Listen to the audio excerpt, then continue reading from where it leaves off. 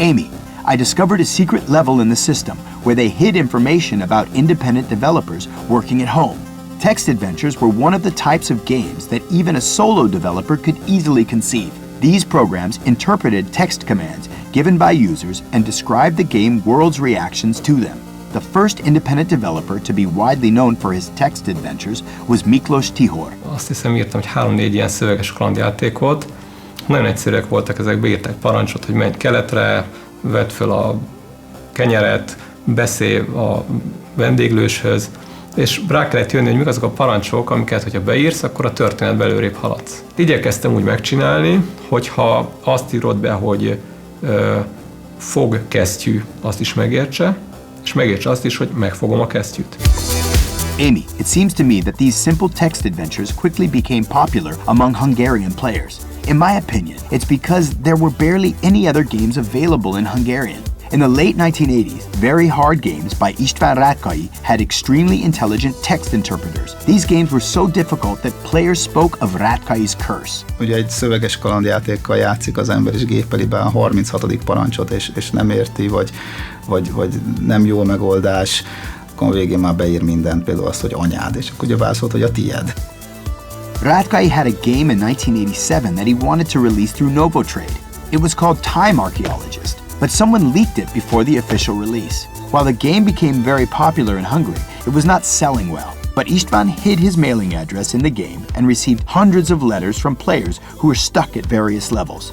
This meant there was demand, so he created his own text adventure game engine, and eventually his new project, Revenge. Igazából szerintem a Bosszú című játékomban nem is maga a játék, meg az alaprendszer volt a legérdekesebb, hanem az, hogy kemény 17 éves fejjel a marketinget is fölvállaltam, és kiindulva abból, hogy nekem van itt addigra már talán 150-nél is több, 200-300 levelem is, akik ezek szerint rajongók, akkor azokat szépen személyesen levelet írva megkerestem, hogy igenis írtam egy új játékot, és ezt ne keresd a boltokban, ezt én fogom árulni, és ha érdekel, akkor megveted. Úgyhogy szépen beslattyogtam 17 évesen a Művelődési Minisztériumba, hogy én játékprogramot szeretnék magánkiadásba kiadni. Eléggé feladtam a leckét egyébként nekik. Emlékszem, hogy így kóboroltunk ide-oda 2-3 emeletet és ilyen 100 métereket a folyosókon, hogy nézzünk be ide, kérdezzük meg, hogy kell ezt. Na jó, menjünk fel akkor a másikhoz. És a végül hosszas felkarás után adtak nekem egy papírt, hogy jó, engedélyezik. Amy, I found 2 other text adventures by Rátkay, The New Wild West and The New Wild West 2. Pont valahogy nyáron kezdtem a fejlesztést, vagyis a terjesztést.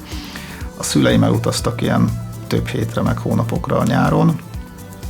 Én egyedül voltam otthon öcsémmel, naponta többször jöttek az ilyen pár száz forintok, és iszonyú nagy király voltam abból a pénzből egész nyáron, tehát ott voltam egyedül, csörgött a pénz, jól éreztem magamat, tehát az egésznek egy ilyen nagyon jó hangulata volt. Amy, I found several adventure games that were released by news and book publishers after the regime change in Hungary. One of these was The Castle, where commands were not given by entering text, but by clicking on icons.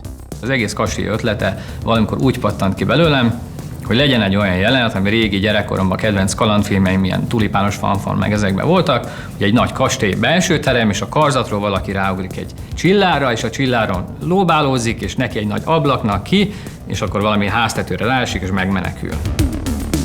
While these games were sold by legitimate companies, retailed in stores, the developers were usually high school kids. Még akár tanórák alatt is próbáltunk ugye értekezni, hogy mi hogy legyen. Szerencsére a tanárok ebből túl sokat nem vettek észre. Szünetekben folyamatosan folytak az egyeztetések, hogy legyen iskola után, hol egyikünkhöz, hol másikunkhoz elmentünk. Abszolút amatőr, iskola melletti munka keretében készült el lényegében minden, amit csináltunk akkor.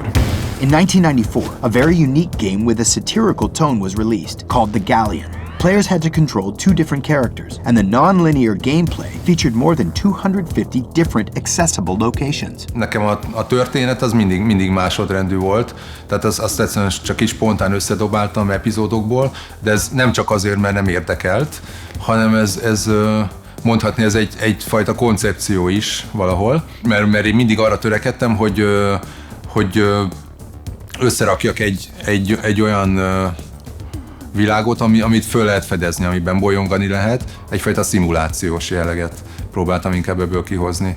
The biggest, most spectacular, and most complex role-playing game ever to be made for the Commodore 64 was most probably The Newcomer. It was due to unfortunate circumstances that it didn't become a worldwide hit. Amikor elkezdtük a C64, az még egy virágzó platform volt. Mire befejeztük, addigra már megszűnt a Commodore. The development phase, which started in 1990, took 4 years because the creators wanted to squeeze as much into the game as possible. For the sake of creating the smoothest gameplay possible, they rewrote all the basic functions of the system and created their own development program. Az Zoli mondta, hogy mi lenne, András, ha írnál egy assemblert. Mondom, na nem, hát az olyan bonyolult, lehetetlen azt.